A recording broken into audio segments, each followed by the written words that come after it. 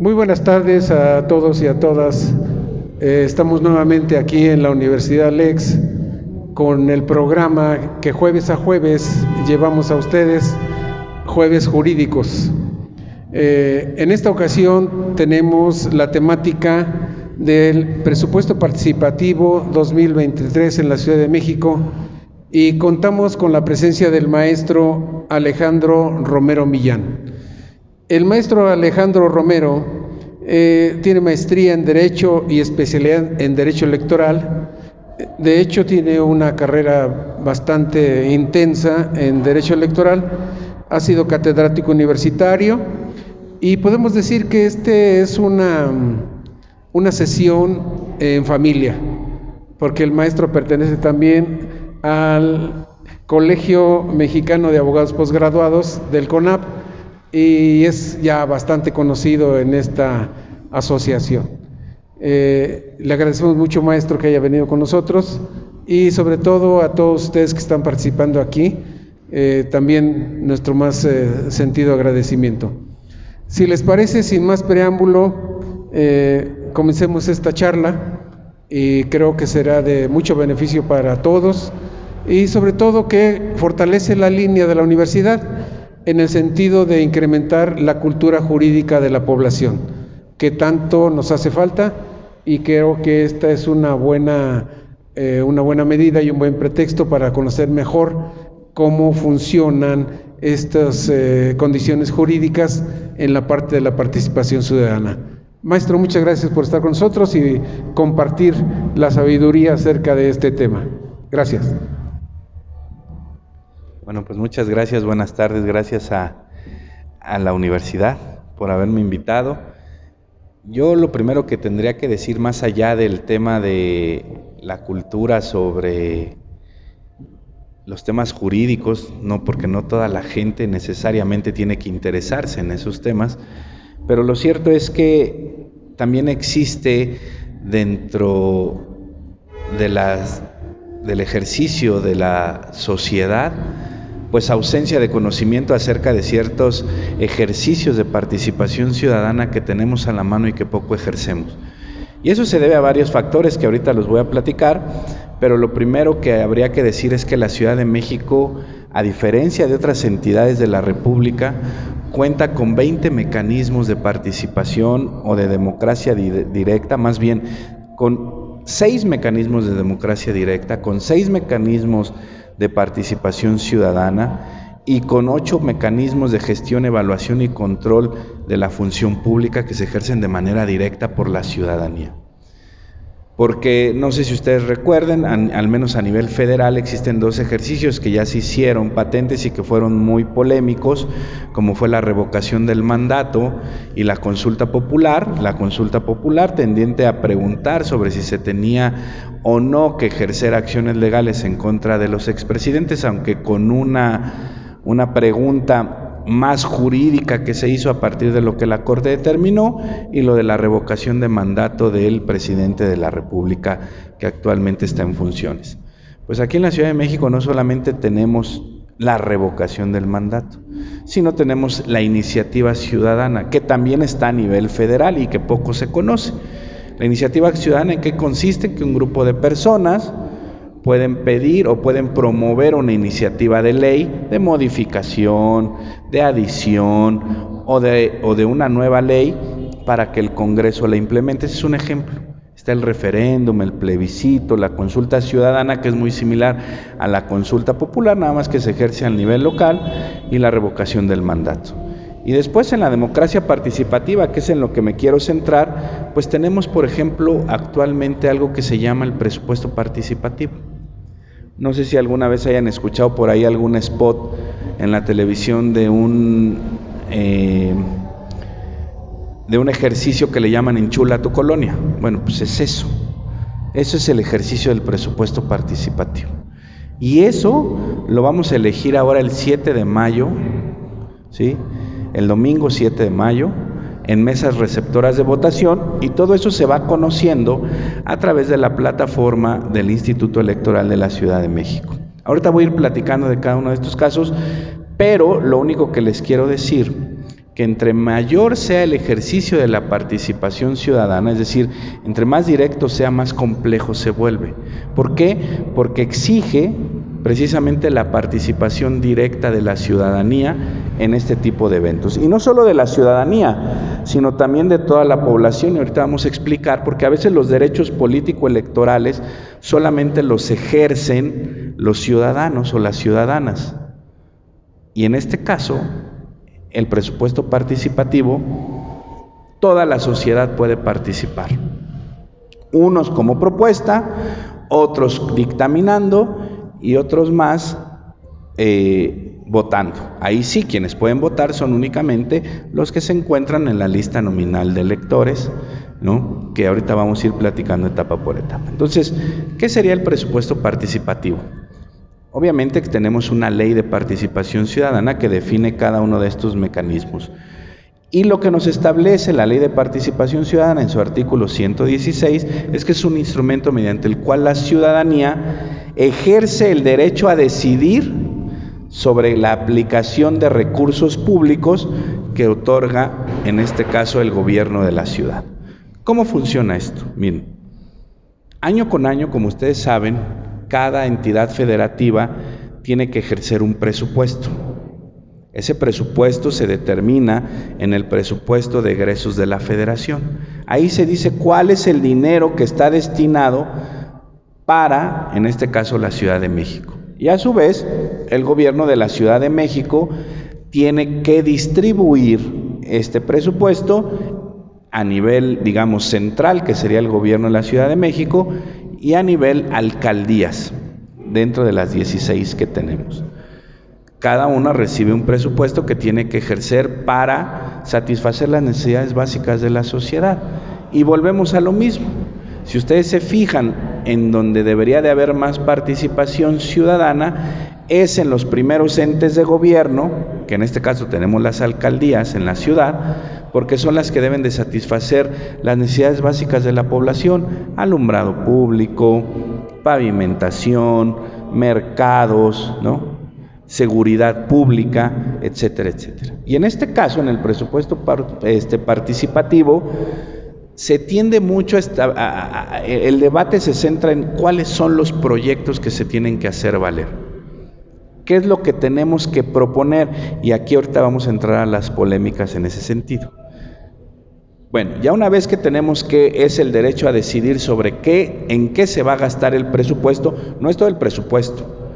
Solamente es el 4% del total del presupuesto que tiene el gobierno de la Ciudad de México, el cual se va a distribuir entre más de 1,700 unidades a demarcaciones territoriales, como se le llama aquí, que digamos que no son colonias, porque hay veces que hay colonias en donde pueden tener una o más demarcaciones territoriales, ni tampoco son secciones electorales como lo divide la geografía electoral, sino simplemente es un ejercicio de demografía que se tuvo que hacer para determinar cuántas unidades territoriales vamos a tener en toda la ciudad, y que en este caso estamos hablando de 1,756 unidades territoriales.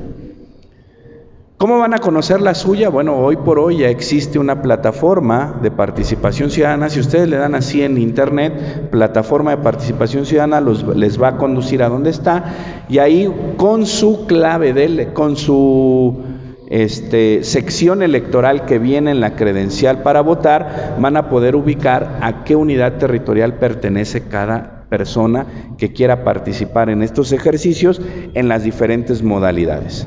¿Sobre qué se puede gastar? Aquí vamos a hablar de elementos muy técnicos, pero que trataré de explicar en algo. Miren, el ejercicio de cualquier presupuesto lo dividen en capítulos, así le llaman, ¿no? Capítulos de la administración pública. Y tenemos el capítulo 1000, el capítulo 2000, el capítulo 3000, el 4000, el 5000 y el 6000. Únicamente de los que se van a emplear es del capítulo 2000 al capítulo 6000, que en grandes términos generales, pues el capítulo 2000 se refiere a materiales y suministros de algo. el capítulo 3000 a servicios generales, el 4000 a transferencias, asignaciones, subsidios, el 5000 a bienes muebles, inmuebles e intangibles y el 6000 a inversión pública. Sobre todo estos ejercicios de presupuesto participativo se ejercen en el ámbito del capítulo 6000 porque casi todos se refieren a obras públicas, casi todos, pero tenemos que hay de otro tipo de modalidades, ¿no? Bueno, ahora, ya que sabemos que es el 4% del presupuesto, ustedes me dirán, bueno, ¿y cómo se reparte o cómo se distribuye esa cantidad? Bueno, la ley nos establece que el 50% de ese gran rubro se distribuye entre todas las demarcaciones territoriales de forma igualitaria, ¿ok? Cada una le va a tocar esa parte. Y el otro 50% se va a distribuir conforme a indicadores que el propio gobierno de la Ciudad de México a través de la Secretaría de Finanzas va a determinar.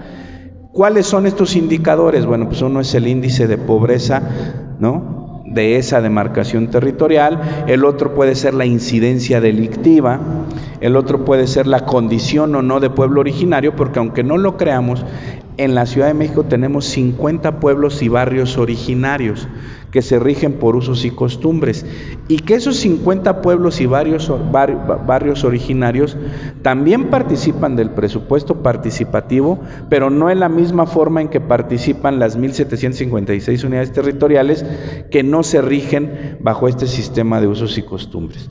Esos 50 pueblos y barrios originarios, el mecanismo en cómo determinan en qué se va a gastar es a través de sus usos y costumbres, es decir, ellos a través de sus autoridades tradicionales decidirán si en asamblea, si en los mecanismos que tengan de deliberación y toma de decisiones, dirán eventualmente en qué se va a gastar ese recurso.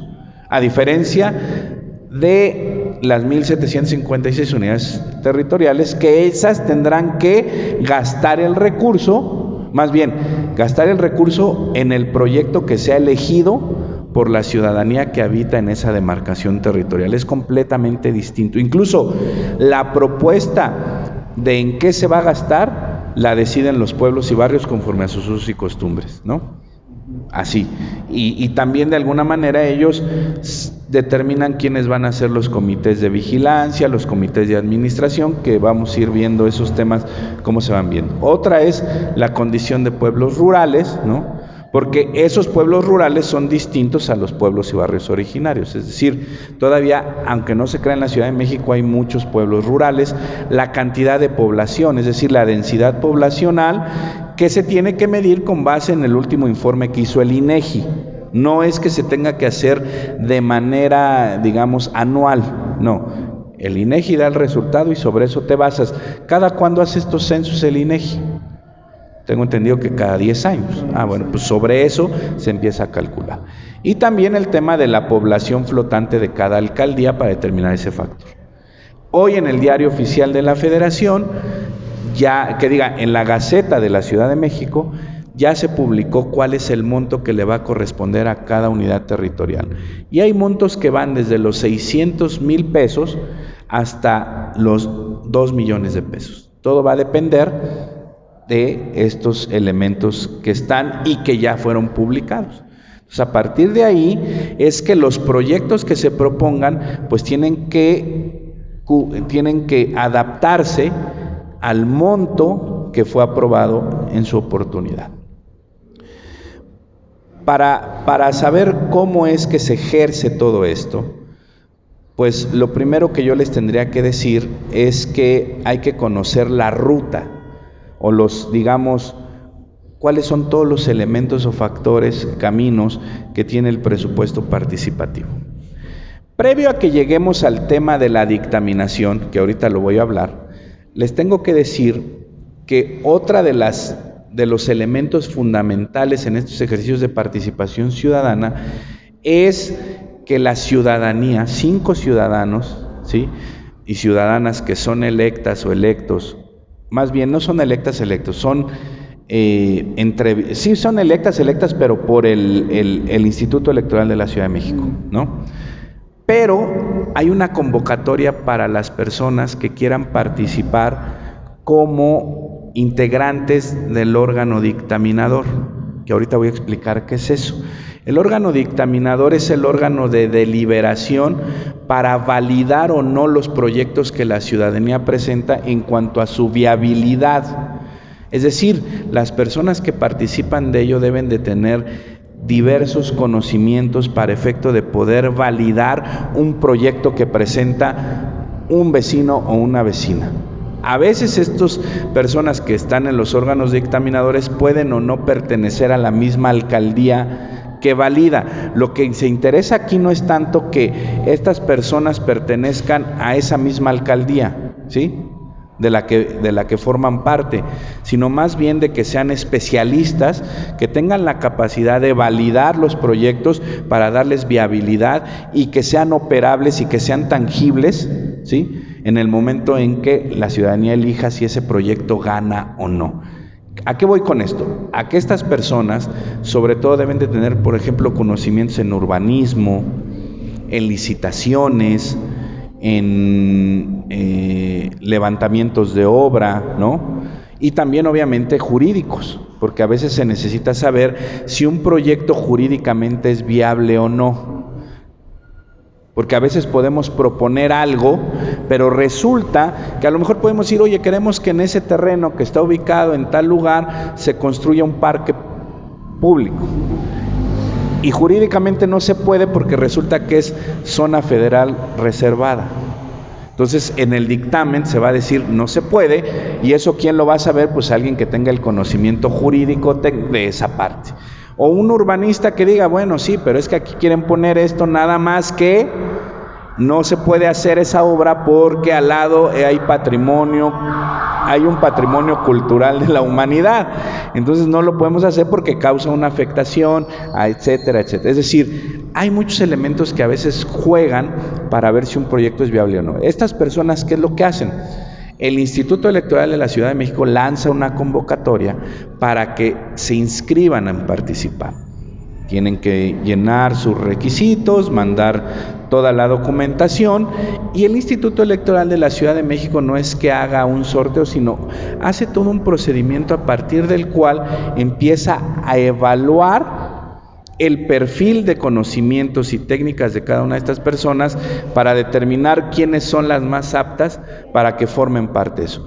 Antes, hasta hace 2-3 años, no se tenía contemplado que estas personas tuvieran una entrevista con el personal calificado del instituto, que son consejeras y consejeros, pero también integrantes de las diversas direcciones ejecutivas del instituto para poder participar. Entonces muchas veces pasaban todos los filtros que van desde el cumplimiento de requisitos, el acreditamiento de experiencia en el ámbito, pero a lo mejor nunca lo habían ejercido. Y entonces en las entrevistas era donde podía salir quién tenía mayor capacidad de entendimiento para darle viabilidad a eso, pero también de compromiso, ¿no? Y todo esto se tiene que regular. Aquí muchas veces se habla que en el derecho electoral estamos sobreregulados.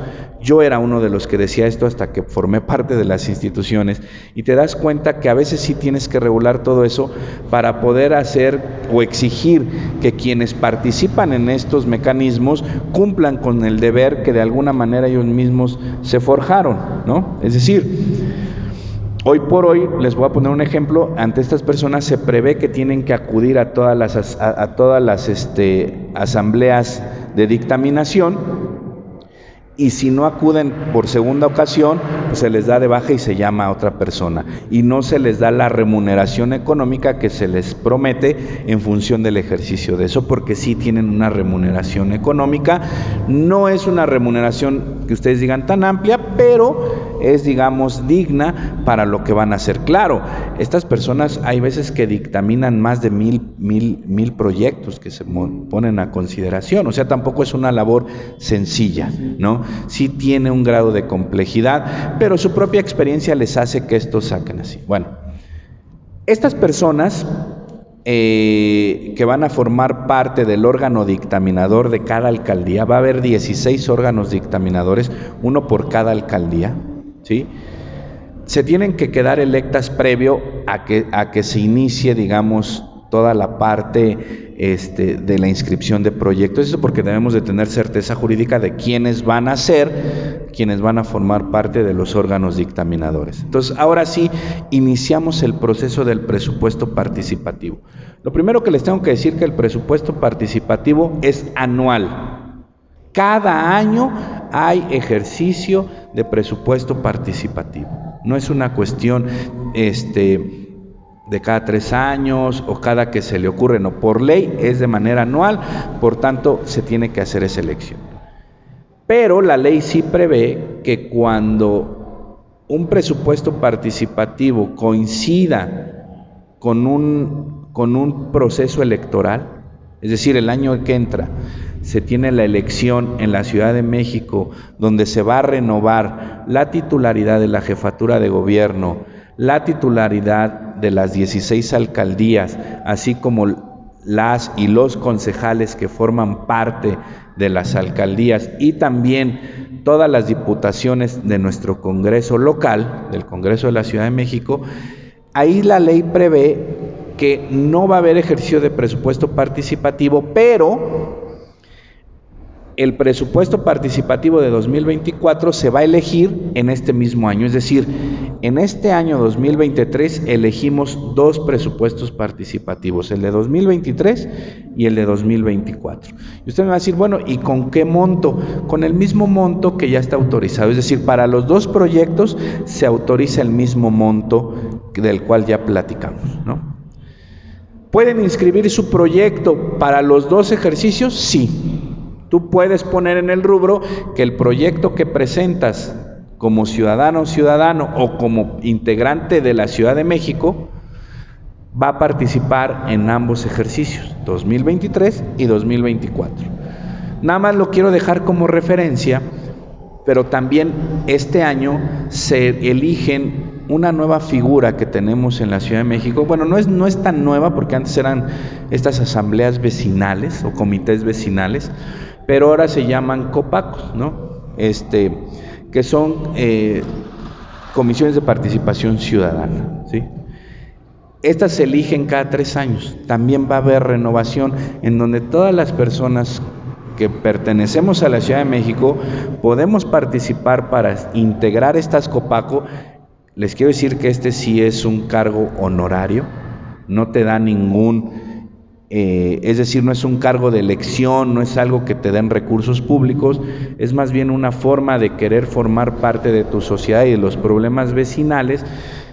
Lo único que te da son ciertos beneficios, como el hecho de que la ley establece que te tienen que dar una tarjeta de gratuidad para el uso del transporte público de la Ciudad de México. Digamos que es el beneficio que te dan por comprometerte a formar parte de esto. Pero como no es el tema y estaría interesante verlo después, nada más quiero mencionar eso, porque si ahora ustedes van a acudir a votar, pues se van a encontrar con que van a tener realmente 3 boletas. Una para el presupuesto participativo 2023, otra para el presupuesto participativo 2024 y otra para los integrantes de las COPACO, ¿okay? Entonces, es importante que nos empecemos a informar sobre cómo es esto, porque además las boletas que ustedes van a ver no son como las que tenemos en los ejercicios de elección de diputadas, diputados, senadurías y presidencia de la República, jefatura de gobierno, no, donde vienen los logotipos de los partidos. Aquí no vamos a ver, por ejemplo, rubros de este proyecto se llama tal, no. Lo que vamos a ver son como si ustedes tuvieran una ficha de ¿cómo le llaman de saca la bolita que salen los números? De bingo. Como de bingo, ¿no? Son círculos que van del 1 hasta no recuerdo hasta qué número han llegado, pero me parece que más de 60, porque ha habido ocasiones en que en unas demarcaciones territoriales se han tenido hasta 40 proyectos para votar en una sola unidad territorial. Y hay otras que solamente tienen 2 o 3, ¿no? Eso depende de los proyectos que se propongan y de los que hayan sido declarados viables. Entonces, para eso tienen que conocer cuál es el proyecto que van a votar. De todos modos, eso lo pueden ir conociendo día con día en la página de internet del Instituto Electoral de la Ciudad de México. Pero también ese día, además de que van a poner ahí, van a ustedes ver unas sábanas en donde ponen presupuesto participativo 2023, estos son los proyectos que están participando, viene el número, ustedes leen, pueden ver incluso una pequeña descripción de lo que trata ese proyecto, porque a veces nos podemos ir con el nombre, pero no sabemos qué es, pero sí hay una pequeña descripción donde la pueden ver para efecto de decidir ahí mismo por cuál votar, y lo mismo va a pasar con los Copaco, ¿no? Donde van a venir los nombres de las personas y se tendrá que ir votando en ese sentido. Bueno, ahora sí iniciamos con esto. ¿Cómo es? Hay primeramente, para saber cuál es la necesidad de esa unidad territorial, de esa demarcación territorial, de qué es lo que cuál es la necesidad por la cual la ciudadanía va a proponer sus proyectos.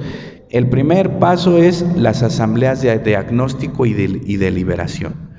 Estas asambleas de diagnóstico y deliberación participan los que ahora son integrantes de las Copaco, que todavía están vigentes, pero siempre están acompañadas del personal de las juntas distritales de aquí, de las 33 juntas distritales que componen, digamos, las oficinas del Instituto Electoral de la Ciudad de México. Esas oficinas que conocemos que cuando se llevan a cabo las elecciones son las que computan los votos. Bueno, pues estas oficinas ahora se dedican a realizar todas estas asambleas. Sí, cuando a veces se dice es que solamente trabajan en tiempo electoral, no es cierto. Aquí está el ejemplo de que el personal de esas juntas distritales tiene que estar trabajando diariamente para esto. Entonces, hay que hacer la convocatoria de las asambleas de diagnóstico y deliberación, hay que llevarlas a cabo, hay que tomar en cuenta qué es lo que nos está diciendo la ciudadanía para efecto de cuáles son sus necesidades, y se tiene que sacar un acta en la cual se establezcan esas necesidades. Ahora me dirán ustedes, entonces si por ejemplo en mi unidad territorial en esta asamblea se dijo que solamente se necesita construir banquetas, ¿es lo único que puedo proponer? No. Es como orientador, porque no podemos limitar los derechos de la ciudadanía a proponer otros proyectos. Entonces simplemente son como diagnósticos orientadores, pero la ciudadanía que pertenezca o la población que pertenezca a esa unidad territorial puede proponer otros proyectos, aunque no tengan que ver con lo que se propuso en esas asambleas de diagnóstico y deliberación. Una vez que se tiene eso, ahora sí viene el registro. El registro originalmente inició el 29 de enero y terminaba el 7 de marzo, el registro de proyectos. Este registro de proyectos se puede hacer vía internet o se puede hacer de manera presencial en las oficinas de estas juntas distritales de las que les estoy hablando. Se extendió el plazo hasta el 20 de marzo. Ahora sí ya se cerró el plazo para registrar proyectos, el 20 de marzo apenas. Yo, por ejemplo, les puedo platicar que yo sí registré proyectos. Un proyecto que pretendo que en la unidad habitacional donde yo vivo, es una unidad realmente grande, de 19 edificios, de 20 departamentos cada uno. O sea, estamos hablando de 380 familias que viven en esa unidad territorial, en esa unidad habitacional, y que, como ustedes saben, las unidades habitacionales por el régimen de condominios siempre debe de haber un terreno de uso común. Bueno, en ese terreno que tenemos de uso común, la alcaldía hace muchos años, no con el presupuesto participativo, construyó una zona de juegos infantiles, de estas que vemos ahora en los parques y esto, pero toda la demás zona, por ejemplo, hay una como cancha de fútbol, pero yo creo que si juegas ahí te caes, te matas. O sea, la verdad, entonces mi propuesta es que se construya ahí una cancha multifuncional, bien trazada, digamos, lisita, ¿no? Para que no haya tantos accidentes, que sea multifuncional, en donde puedas jugar básquetbol, fútbol, voleibol, ¿no? Y demás elementos, y además una especie de ciclovía, porque es un poco grande, sobre todo para los niños que puedan estar ahí con sus bicicletas, ir y venir, etcétera. Ese es mi proyecto que yo estoy proponiendo, ¿no? En mi unidad, por ejemplo, en mi demarcación territorial, el presupuesto autorizado es de poco más de 1.400.000 pesos. Entonces, ese proyecto que estoy proponiendo no debe rebasar ese monto. Esa es la cantidad máxima que debe de tener, incluido todos los gastos que implica, que va desde pues el gasto de material, o sea, si contratas a un tercero, ¿no? Eso ya lo tendrá que ver la alcaldía. El recurso no se le da a la ciudadanía ni a quien ganó el proyecto para que lo ejecute, no. La alcaldía lo tiene que ejercer y tiene que rendir cuentas de ese ejercicio. Y para eso se le puede dar seguimiento, que ahorita lo vamos a ir platicando, pero, por ejemplo, ese proyecto no tiene que rebasar ese monto. ¿Y qué tengo que hacer? Pues promoverlo en su momento con mis vecinas y vecinos para que gane mi proyecto y entonces ese proyecto sea el que se tenga que ejecutar, ¿no? Pero bueno, ese registro digamos que ya terminó. La verdad es que hacerlo en línea es muy fácil, es muy autodidáctico, si así se le puede llamar, ¿no? Es muy noble cómo vas llenando cada rubro para efecto de que cumplas con cada una de las cosas. ¿Qué es lo que te pide en términos generales? Bueno, pues tu nombre, cuál es tu demarcación territorial, cómo le llamarías a tu proyecto, una descripción mínima de tu proyecto, si tienes un archivo en PDF o en Word en donde puedas describir de mejor manera tu proyecto con dibujos, con planos, ¿no? Hay quienes tienen esa posibilidad de hacerlo, pues lo harán. También te dicen que mandes un croquis de ubicación, pero es tan autogestivo que obviamente el croquis ya está como de alguna manera integrado, nada más ubicas tu demarcación territorial y tú puedes ir como iluminando en dónde está todo eso a partir de una licencia que se tiene con la plataforma Google para poderlo usar y que se pueda delimitar cuál es el plano, digamos, en donde se tiene que ubicar el proyecto que quieres llevar a cabo, ¿no? La descripción, si quieres que participe o no en los dos ejercicios, en 2023 y 2024, y también si quieres o no que se tome en cuenta como un proyecto novedoso.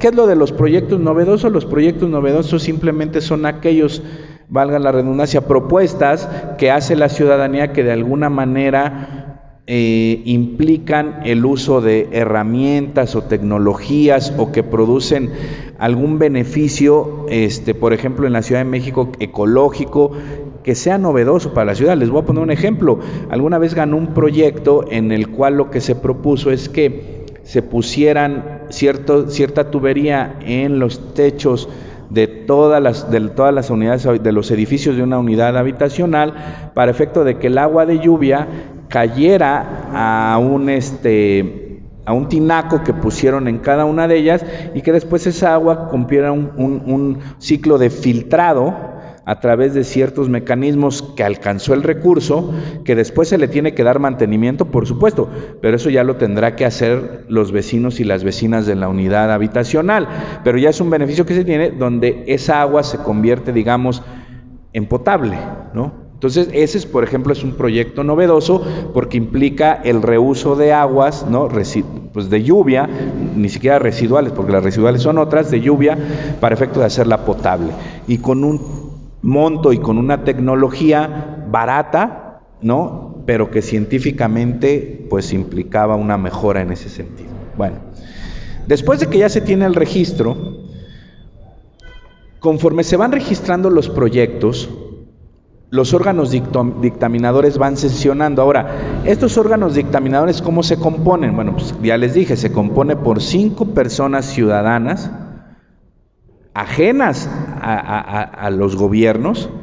También se compone por otra persona que sea la concejal o el concejal de la alcaldía que vea los temas de participación ciudadana, así como el titular o la titular de la Dirección de Participación Ciudadana de la Alcaldía y 2 personas más que pertenezcan a la alcaldía. Es decir, en total son 9 personas dictaminadoras por cada alcaldía. Obviamente, si ustedes se fijan, el diseño está hecho para que las 5 personas ciudadanas tengan mayoría, ¿sí? ¿Por qué? Podría pasar que los gobiernos no avalaran muchos de los proyectos si tuvieran la mayoría. Entonces está diseñado de tal manera para que la alcaldía no tenga la discrecionalidad de decidir qué proyectos o no, porque para la alcaldía, ¿qué podría pasar ahí? Pues ve los proyectos y dice, no, pues para mí es más fácil para mí este es más difícil, y entonces discrecionalmente, sin tener un dictamen, digamos, riguroso, pues podría determinar que ciertos proyectos no son viables, y entonces hay que dejar afuera muchos.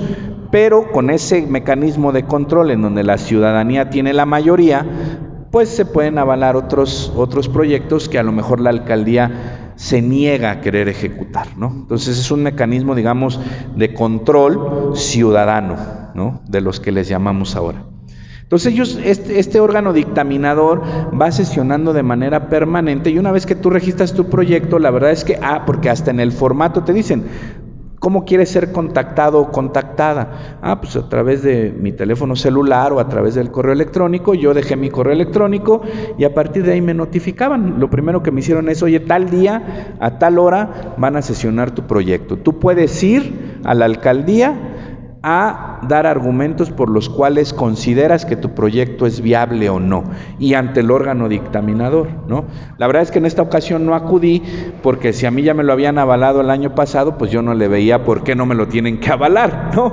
Pero bueno, todo puede pasar. A lo mejor ya sabré yo y ya sabrán todas las personas que inscribieron proyectos el 27 de este mes. Se publicará la lista de todos los proyectos que han sido dictaminados o no como viables, ¿ok? Y eso se hace también, nos lo van a notificar a todos los que participamos, pero eso se puede conocer a través de la página de internet del Instituto Electoral de la Ciudad de México, y a partir de ahí cada una y uno de ustedes va a poder conocer cuáles son los proyectos que van a participar.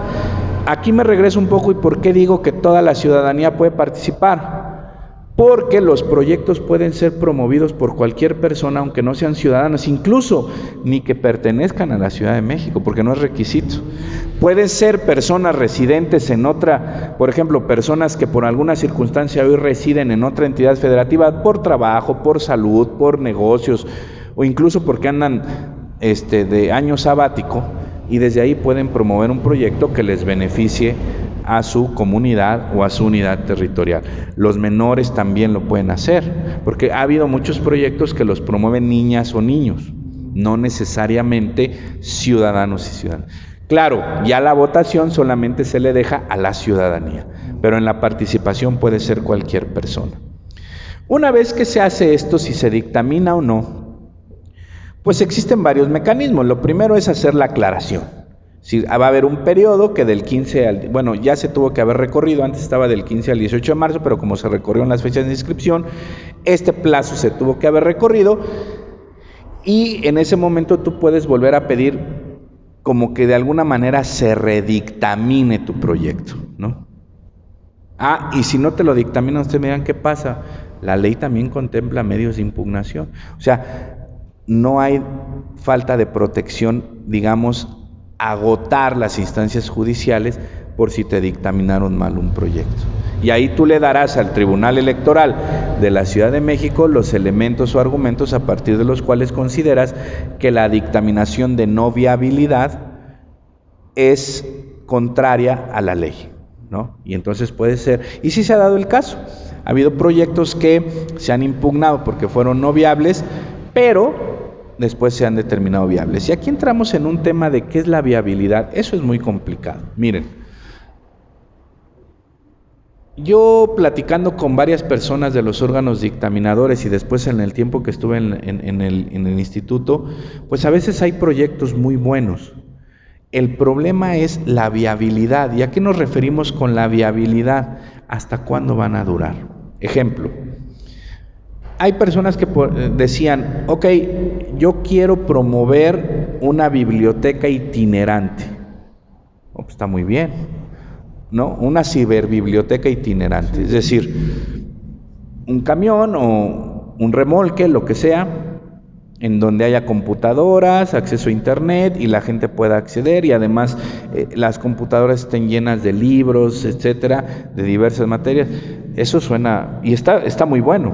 El problema es cómo le das continuidad a ese proyecto, porque la alcaldía te va a decir, está bien, o sea, lo gasto, cuesta el proyecto $1,000,000, lo ponemos, se hace, y aquí viene el problema, ¿quién va a manejar el camión? Porque la alcaldía no tiene obligación ahí de ponerte a alguien que haga eso. Segundo, ¿quién va a pagar el servicio de internet? Te lo puedo pagar por un año, pero al año siguiente, ¿quién? ¿Quién le va a dar mantenimiento a las computadoras? El problema es quién opera eso. Y también otro de los temas es que no se puede lucrar con esto. ¿Por qué? Yo tengo un vecino que me decía, es que yo quiero proponer que se haga en los jardines como pozos de recolección de agua de lluvia, lo mismo, pero que después de ahí hagamos una purificadora de agua y la vendamos a precio más barato. No puedes, porque no se trata de generar un lucro con un recurso público. Yo lo que le dije es, si quieres hacer eso no está mal, pero el problema es que le tendrías que distribuir de manera gratuita el agua a todos los que pertenezcan a la unidad habitacional. Y no le puedes condicionar el pago. Le decía, no, bueno, pero se lo condicionamos a quienes paguen su cuota y a quienes no lo puedes condicionar. Porque en ese momento, si tú presentas el proyecto así, te lo van a decretar que inviable.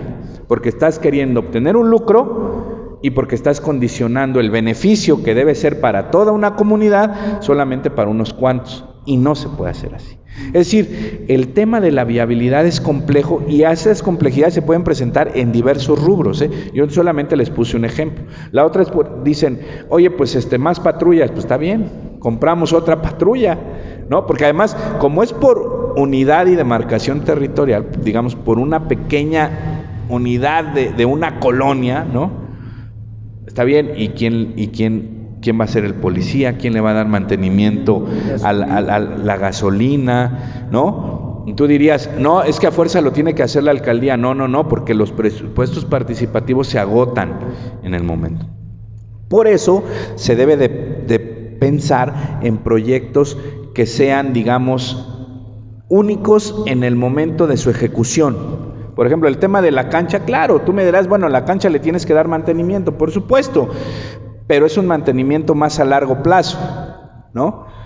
Que el tema de una patrulla, por ejemplo. ¿Quién le va a cambiar las bujías? ¿Quién le va a cambiar las balatas, las llantas, ¿no? Simplemente lavarla. Todo eso tiene un costo. Y lo que te van a decir, sí, a ver, a mí me alcanza para comprar, o luego decían ambulancias, pues está bien, pero ¿quién va a tener el medicamento, el oxígeno, ¿no? ¿Por qué? Porque alguien tiene que ejercer o ponerlo en operación, ¿no? Entonces, ese tema de la viabilidad se tiene que pensar muy bien cómo es que se va a operar. Una vez que ya se tiene, digamos, el universo de los proyectos que van a participar por unidad territorial, viene el tema de la difusión. Y ahora sí nos están dando un mes. Antes se daba mucho menos, daban 1 semana o 2 semanas para difundir tu proyecto. Entonces, por ejemplo, si mi proyecto lo declaran viable, yo voy a tener del 28 de marzo al 24 de abril, bueno, poquito menos de un mes, para difundir mi proyecto entre vecinas y vecinos. Nada más que aquí hay prohibiciones de ley. Curioso, a los temas de los partidos políticos se les permite tener propaganda y hacer, y aquí no.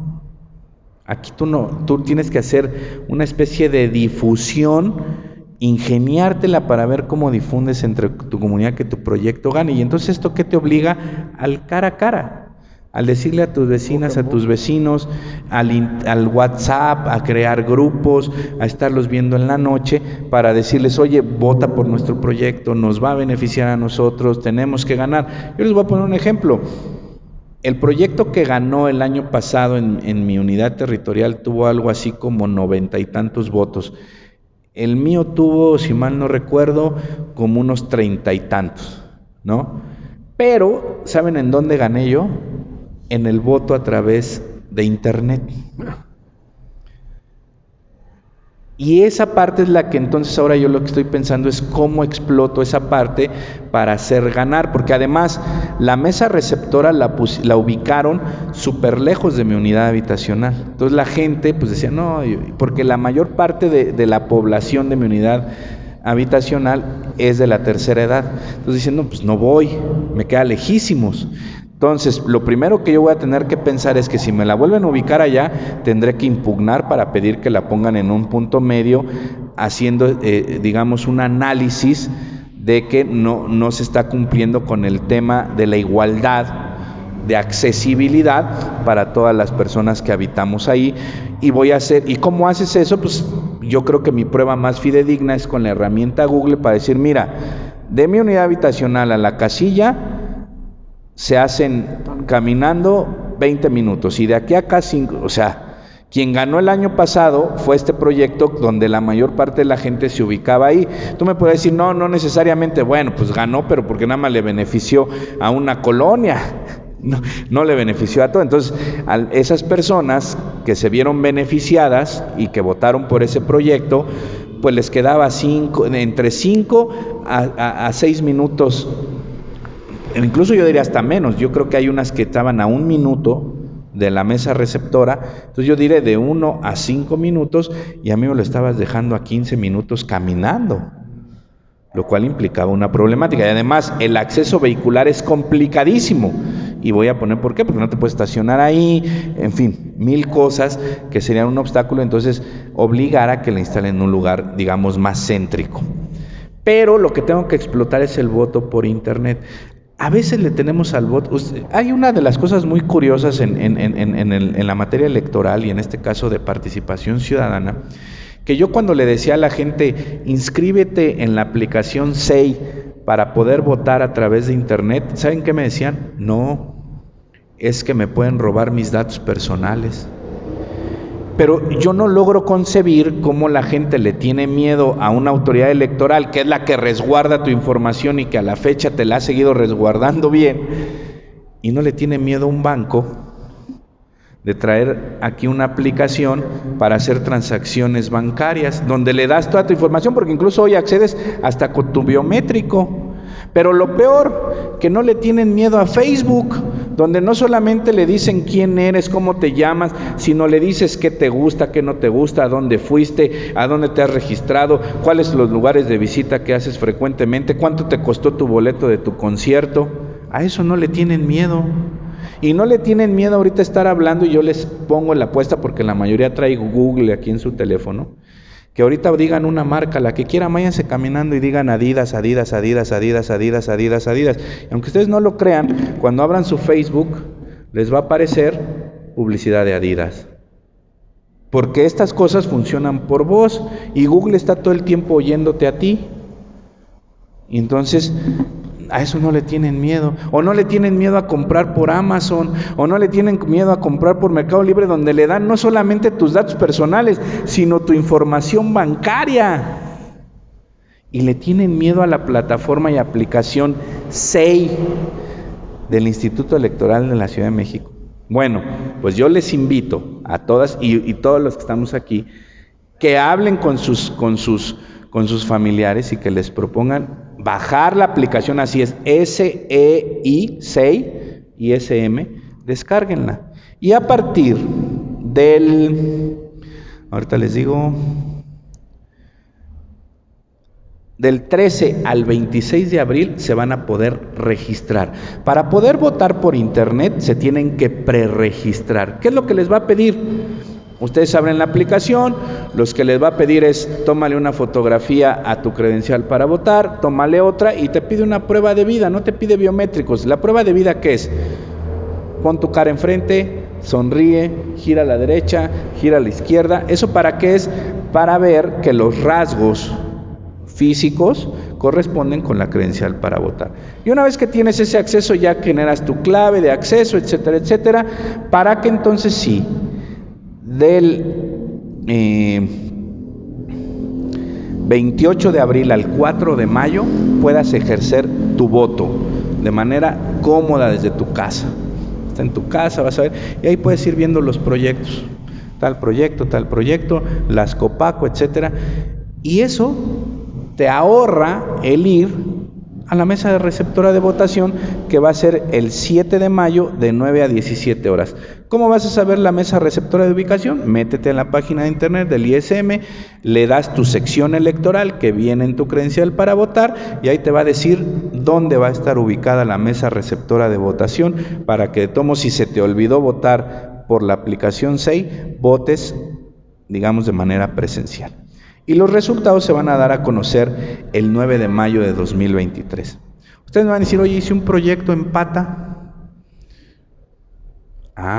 Si un proyecto empata con otro en votos, posteriormente va a haber una asamblea, que ahí la van a definir los vecinos, por cuál de los dos proyectos se deciden. Ha habido empates, sí, pero por lo regular no hay. Casi siempre gana un proyecto. Ahora, después de eso viene la etapa de ejecución. Para eso, va a haber unas asambleas en donde se tiene que determinar quiénes van a integrar los comités de ejecución y vigilancia.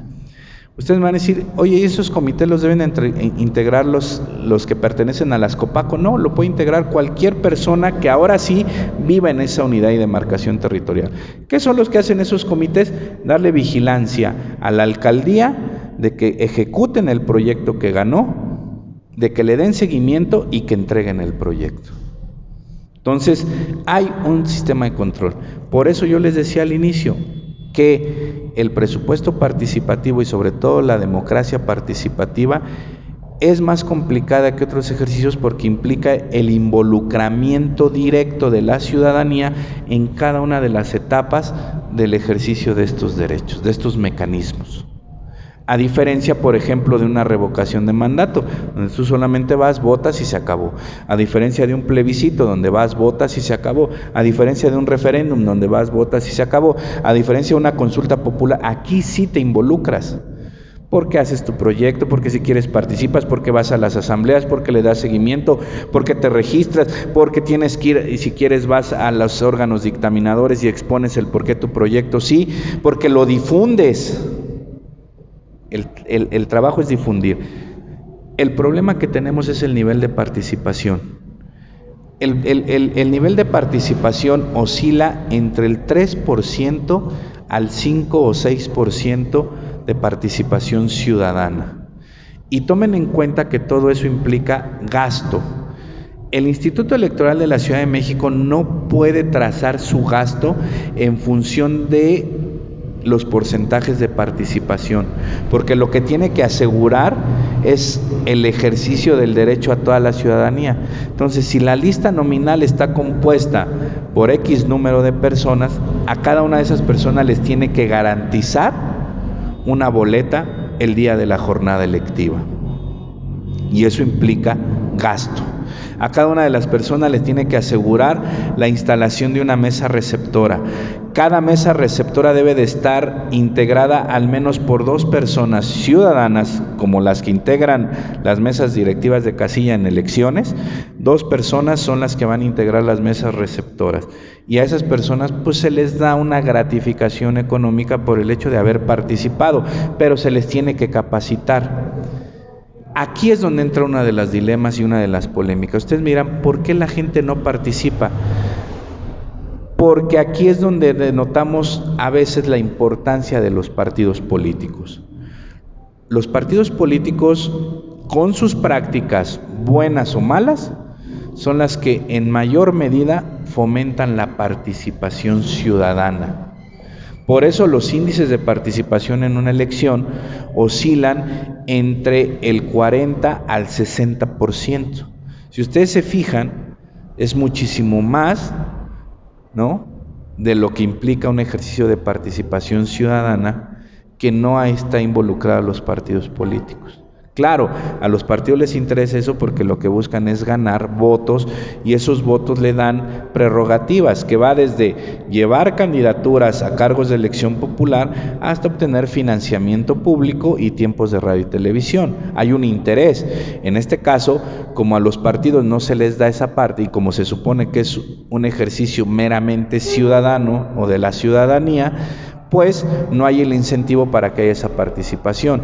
Entonces, ¿qué es lo que tenemos que hacer? Como ciudadanía nos tendríamos que involucrar en esto.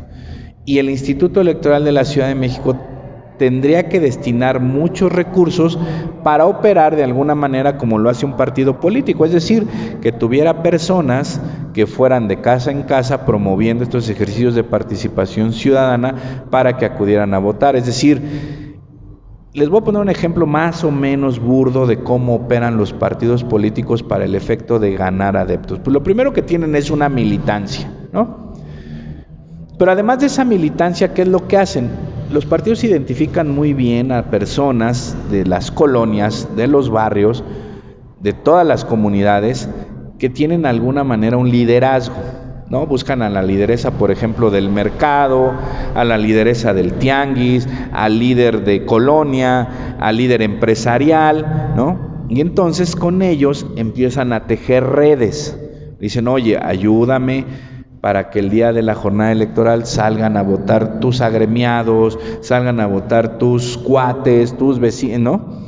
Y obviamente pues, yo te doy a ti una lana, ¿no? Ayúdame, y entonces ellos lo que hacen se convierten en lo que le determinan activistas, ¿no? Promotores del voto les llaman. Entonces cada promotor tiene que tener promovidos, ¿no? Y por eso es que los partidos más o menos tienen claro cuánta gente es la que el día de la jornada electoral está votando por los partidos. ¿Por qué? Porque yo como promotor, por ejemplo, si yo fuera promotor de un partido, yo le doy, y él es el líder del partido, yo te digo, ten, aquí está la lista de mis promovidos. Tú la ves y me dices, 50, perfecto. Entonces, el día de la jornada electoral, esa lista, por el representante del partido, tú le vas a decir, aquí está la lista de tal, en tal casilla. Por eso es que ellos también tienen una copia de la lista nominal, donde ya tienen ubicados todas las personas que en teoría van a votar por ese partido, que son promovidos de algún promotor, ¿no? Entonces, ¿qué es lo que hacen? Nada más palomear. Ya vino, y dan por hecho que esa persona pues está votando por ese partido. Claro, nada asegura que se vote por ese partido, pero son cálculos que se hacen y por lo regular se generan porque hay incentivos. Aquí, ¿cómo hacemos eso? O sea, ¿yo cómo podría hacer con mis vecinos y vecinas de convencerlos de que, primero, de que se inscriban en el SEI? Va a ser un problemón. Segundo, convenciéndolos, ¿cómo los voy a convencer de que voten? ¿Saben qué es lo que voy a tener que hacer? Pues pararme afuera de mi casa en las tardes, noches, y así como vayan llegando, decirle, oye, vecino, vecina, mira, inscribí un proyecto, esto, lo otro, mira, inscríbete, baja la aplicación. Ay, es que ahorita no, ándale, bájala, ¿no? Yo te ayudo. Ah, bueno, ya le ayudo. Ya, ahora tienes que llenar. No, es que no traigo la credencial. Bueno, mañana te veo. Ya tu credencial, no, se me olvidó. ¿Cierto o no? Bueno, pero cuando lo logre hacer, después cuando sea el periodo es estarles diciendo, ¿ya votaste? ¿Y ya votaste? ¿Y ya votaste? Así le hacen los partidos. Pues así voy a tener que operar si quiero que mi proyecto gane, ¿no? Entonces estos ejercicios implican un involucramiento muy fuerte de la ciudadanía. Este tipo de eventos a mí me gusta porque creo yo que así como decías tú al inicio que nos hace falta cultura jurídica, pues nos hace falta cultura política. Y entonces yo quiero comprometer aquí a la universidad a que difundan. Tú tienes que difundir con tu familia y te tienes que inscribir al SEI. Te voy a llamar. ¿Ya te inscribiste al SEI? Y luego me pasas el dato y también les voy a decir, ¿ya se inscribieron al SEI? Y que cada una y uno de ustedes difundan ante la ciudadanía, ante sus vecinos y vecinas, los proyectos. Si ya no inscribiste proyecto, busca cuáles sean y que te convenza uno. Y entonces dile a tu familia que ya puede votar, vamos a votar por este. O aquí están los demás, voten por el que sea, pero voten. Si logramos incrementar el índice de participación ciudadana, justificamos esto. Porque además es el beneficio directo que tenemos sobre decidir en qué se va a gastar ese dinero. Nos están dando la oportunidad de decidir en qué se va a gastar. Pues aprovechémosla. Claro, muchos me dirán, bueno, esas obras que se piden, pues las puede hacer la alcaldía. Pues sí, pero no las hace. Bueno, pues obliguémosla a que las haga en ese proyecto en particular, ¿no? Un aspecto que nos interesa mucho es la manera en cómo se entiende un precepto legal. El maestro ahorita estaba hablando de la Ley de Participación Ciudadana, donde requiere un poco la conciencia y la responsabilidad del ciudadano. Entonces, se apuesta mucho a esa parte. También tuve la posibilidad de participar en estos proyectos, y yo me encontré con una cosa muy curiosa cuando se empezaron a dar la discusión de los proyectos y la votación. Uno de los votantes más bien ofreció dinero para que le saliera su proyecto. Se enteró el proyecto contrincante y subió la cuota. Sí, pagó más para que fueran a votar por su proyecto. Y esto se hace como las prácticas comunes, pues, entre los partidos, ¿no? Es una práctica que no era abierto la entrega del dinero, sino siempre a la vueltecita, evidentemente con lista, porque la clave era el número de proyecto. Sí, el proyecto 5 es el que tienen que votar. Entonces se iba, ¿por cuál votaste? Por el proyecto 5. Aquí está. Entonces ya estaba una paloma, ya sabía cuántos eran, ¿no? Pero creo que esto también desmerece mucho, porque el esfuerzo por establecer cada uno de los puntos que tiene el precepto legal para que opere está como excesivamente pensado, ¿no? Excesivamente pensado con estas cosas como la viabilidad, la operación, la intervención, los tiempos, y el ciudadano común y corriente, cuando se agrupa, depende mucho en dónde caiga. Es decir, no podemos hablar de una cultura de participación o de conciencia acerca de las necesidades de los entornos. No es igual hablar de una cultura en la Merced o una cultura en la del Valle, en San Ángel. Sí, es un poco a lo que me refería yo con la cultura legal. Claro. Entender bien que el precepto legal establece una forma de regular la participación de todos, y esto es en beneficio de todos.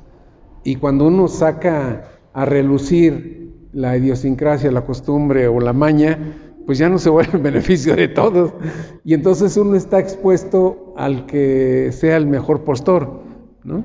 Y se presta, pero creo que ahí hay materia para trabajar. No, y se puede prestar otras cosas.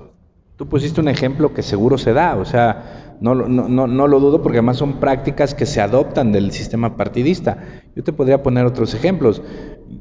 Como no hay un límite ni una situación de que solamente quienes habitan en esa demarcación son quienes puedan proponer proyectos, ni tampoco la edad ni nada, yo te apuesto, estoy casi seguro, que en todas las demarcaciones territoriales debe de haber empresas que inscriben proyectos a través de sus trabajadores o trabajadoras, sobre todo hablando de la construcción, ¿no?